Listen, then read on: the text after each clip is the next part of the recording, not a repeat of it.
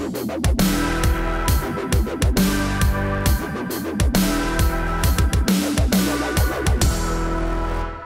don't know about you, but last week I felt the earth move under my feet. And I think that a lot of Democrats and a lot of Republicans did as well.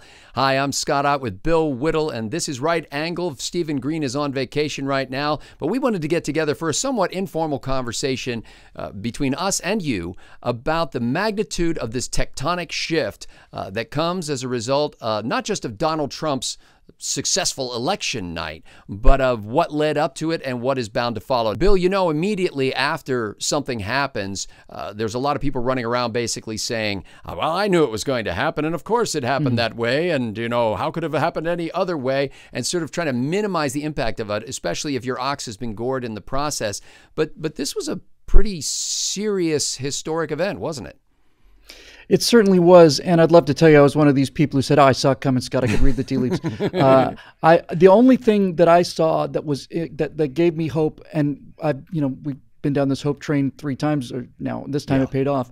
Was the enthusiasm gap? The fact that Trump was drawing 20, 30,000 people and turning away 15,000, and Hillary couldn't put 50 people into a gym. I mean, that really did say something. But I was definitely not expecting to win, and I think we can probably just between the two of us and for Steve who's not here, I think we can probably judge the degree to which we were pretty downcast. Was we did a show if Trump wins, and we did a show if Hillary wins prior to the election, and the if Trump wins shows just sounded like I just didn't believe it. Yeah. If Hillary wins show we put up for our members only on BillWhittle.com, and that had the ring of truth to it because that's exactly how I thought it was going to go. It seemed plausible. It's implausible, yes, exactly. And I put up on that thing, it's like, in case, this is what would have happened in an alternative universe if the thinkable had happened, and because the Trump win was it was really unthinkable on so many levels. And when I saw that image, and perhaps this is where it really kind of came home for me, I see this image of Donald Trump sitting next to Barack Obama, surrounded by a clatter of photographers and journalists, and Barack Obama is not a politician there with hat in hand asking the rich guy for some money. Barack Obama is the guy handing over the keys. Barack Obama looked like he sat in something cold and wet, didn't he? The whole time And you could just see Trump kind of sitting there. I mean, for all of the, sort of luxury and fabulous experiences that Donald Trump has had in his life, flying around in his own, jet airplane all the time, even he seemed a little in awe of the whole thing. And, if I were him, I could just picture myself sitting there and going, I am sitting in the White House next to the president of the United States. Like, it wouldn't have even registered, oh, wait a minute, I am going to be the president of the United States. I think he was probably thinking, I am sitting in the White House and Barack Obama is sitting next to the president of the United States. That's probably true.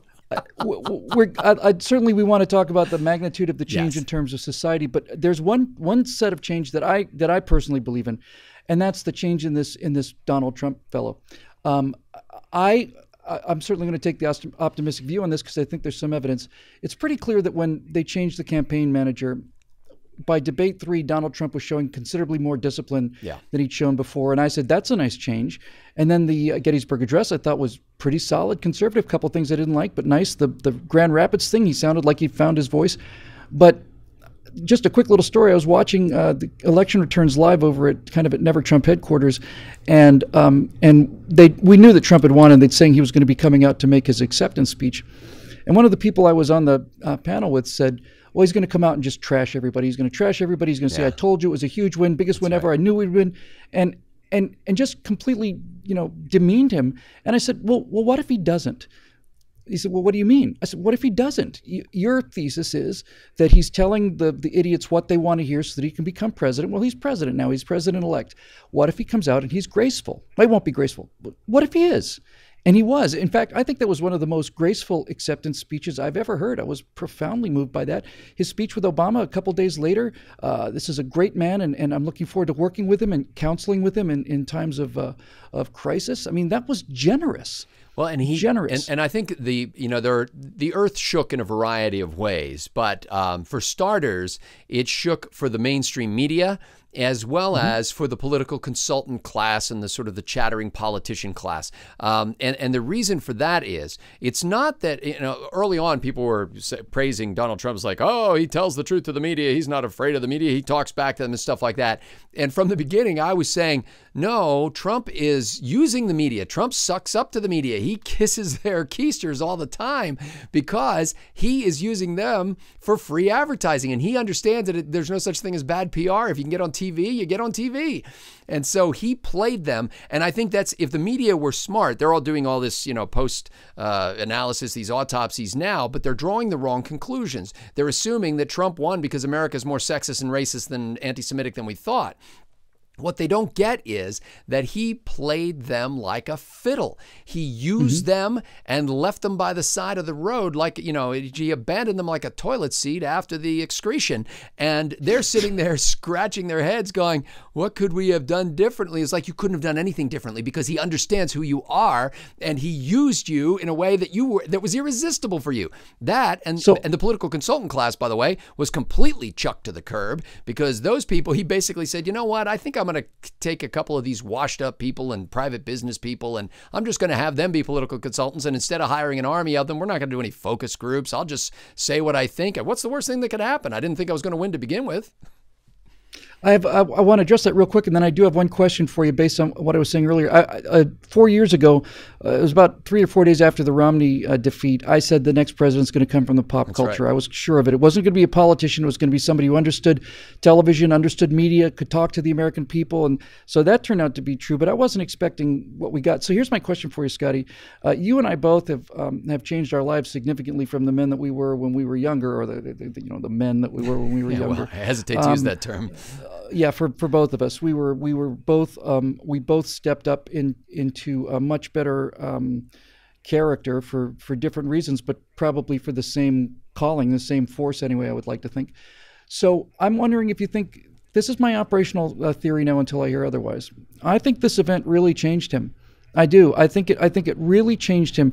He has no reason to be as gracious and as magnanimous as he was. He's won. If you were ever going to let loose the creature, that was the time to do it, right? If Donald Trump is in fact nothing but incapable of ego, just nothing but this base kind of ego-sensitive reactions, that was the time to crow and crow loud, and he didn't. And that tells me something has changed in this man, and if anything, would bring about a realization perhaps of your own humility and the depth of the challenges ahead of you.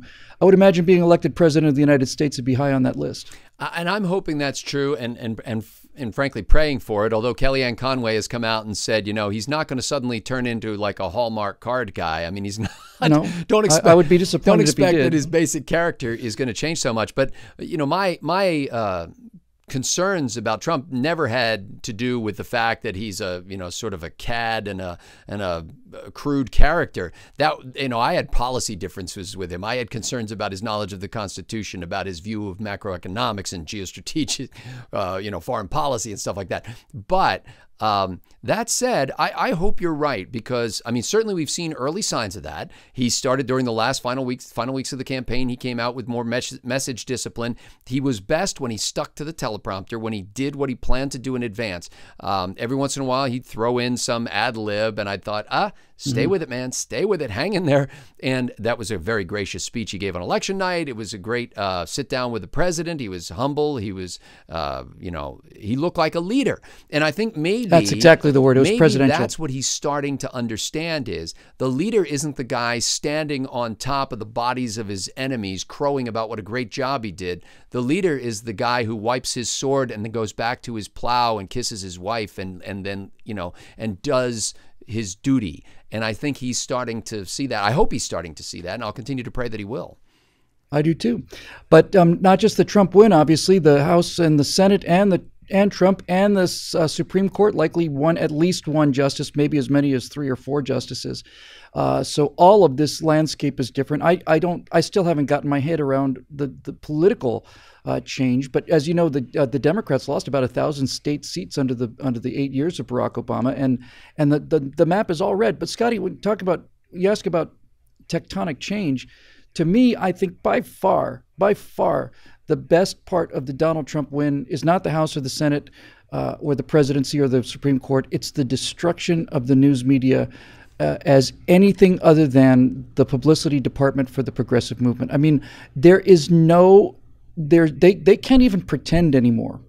Well, and it's an emperor has no clothes moment. I mean, when people are looking at him and going, wait a minute, these people don't know any more than I do. I read the internet. I mean, it just goes to show you that the guy with the YouTube channel who's talking to 36 people may have as good information as Martha Raddatz and Bob Schieffer do at CBS or ABC or wherever they are. I don't even know where they are anymore.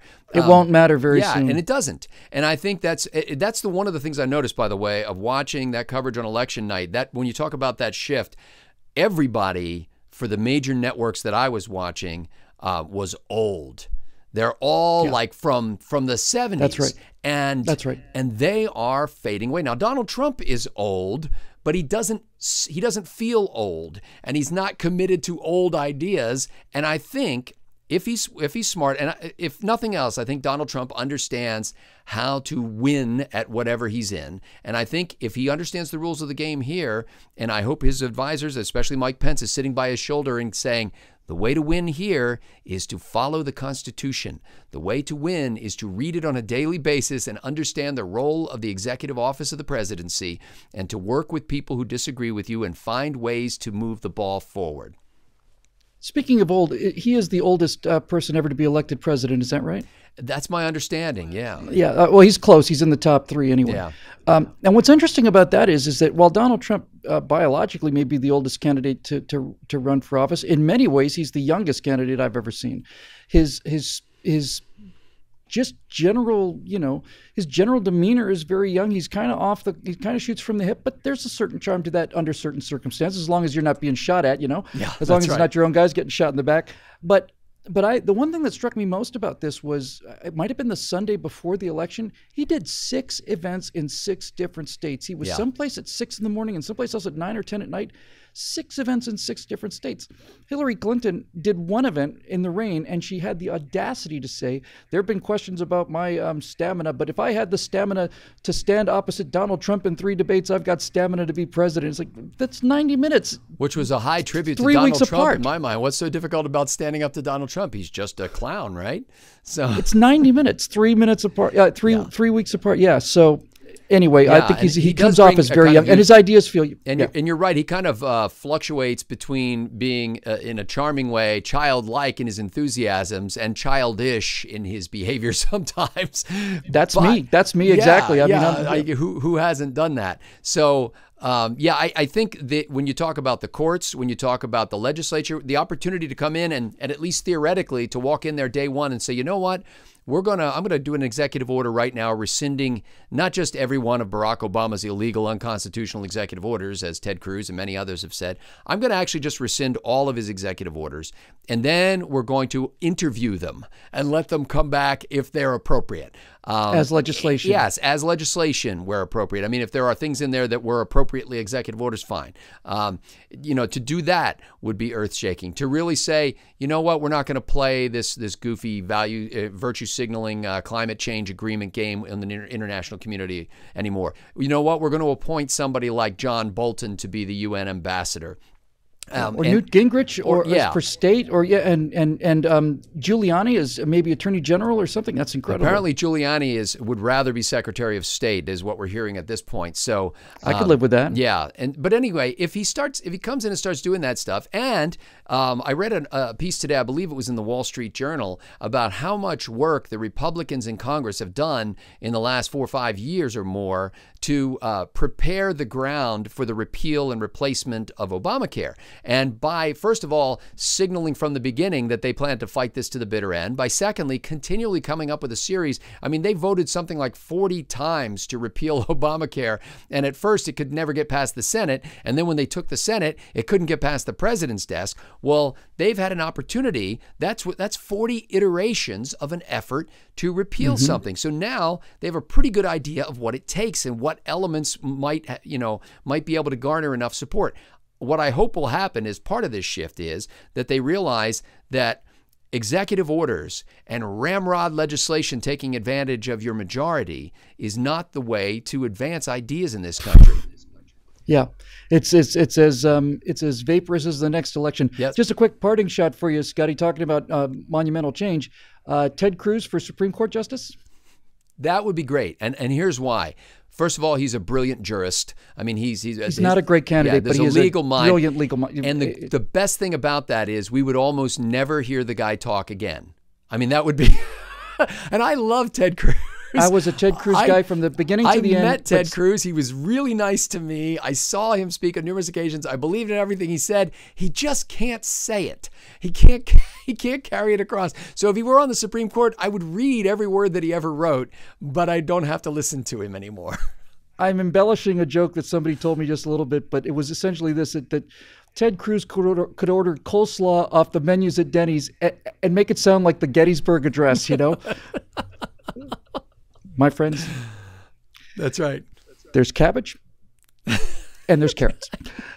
But God bless him. He's, God bless everybody. But those kind of appointments, that's encouraging, especially if you can get them past the Senate. Now, my big concern here is that we will use a situational ethics approach, and by we, I mean the conservatives or the Republicans on that side of it, we'll use a situational ethics approach and basically say, look, the only way we're going to get what we want is to do what they did to us that we thought was unconstitutional. And so now we're going to force feed them this stuff because they did it to us. And if we step away from that triumphalism, and be that, as I've said before, the old saying about the guy who gets to the end zone, scores a touchdown, and starts doing a dance, and the referee goes over to him and says, son, why don't you act like you've been here before and you plan to come back?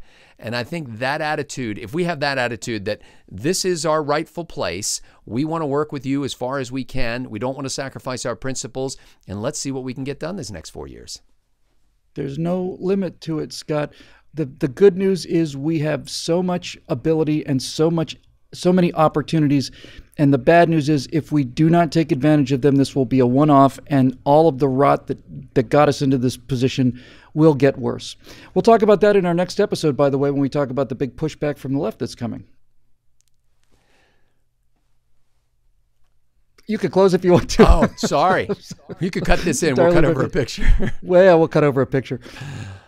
For Bill Whittle and the Vacationing Stephen Green, I'm Scott Ott. This is Right Angle. Thank you to the members at BillWhittle.com for making this possible.